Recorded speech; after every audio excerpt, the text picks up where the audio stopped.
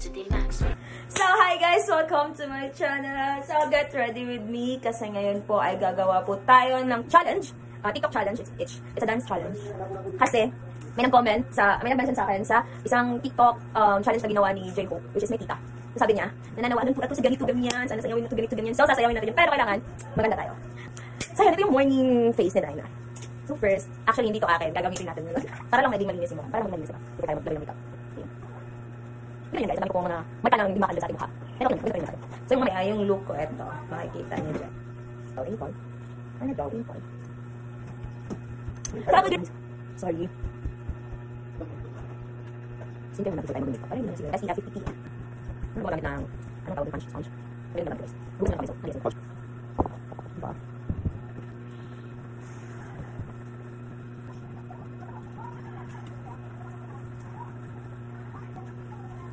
Minimal lang, hindi masyadong makula. Kasi, meron naman tayo silang panin.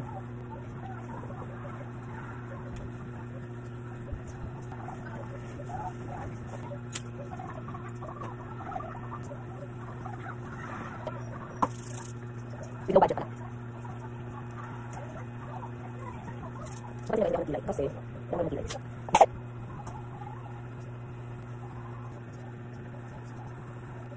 Everything's normally. No. Conditions. Hali. Nataturas. Ay, nasa video ko! Ay, ako kanina! Nag-ano ko? Dali na hapon.